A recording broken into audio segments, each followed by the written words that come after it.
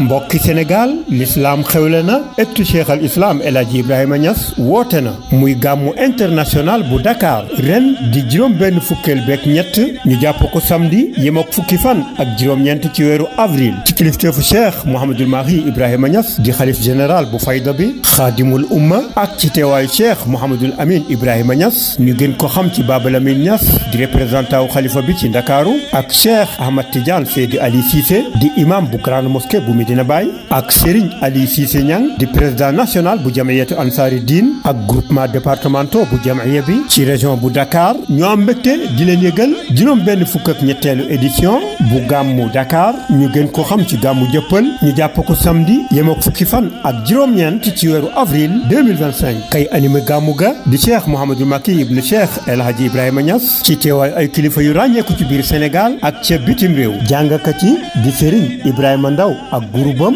bu ñu demee ba fukki waxtu ak benn ci guddi nag dina am conférence bu am solo ki koy def di oustaz Babacar Niang war a waxtaane fayda tijaaniya doon lu wërngal këpp adduna bi bu ñu xoolee ci cëslaayam ak yaatuwaayam gàmmu gi ñu ngi koy defee ci teere xaar yàlla bi jàkkaarloo ak Walfajri parrain yi di rahmatullahi alayhima Cheikh Aboubacrin Kiyota bu Niger ak maam Cheikh Ibrahima Fall kon bés bango di gàmmu international bu Dakar kañ la samedi yem ak fukki fan ak juróom-ñeent ci weeru avril ñu koy defee fii ci Ndakaaru ci teere xaar yàlla bi jàkkaarloo ak Walfajri ñu ci woo mboolem soppee xarit yi ci biir réew mi ak ca bitim réew na ko ñépp teewe روحي وريحاني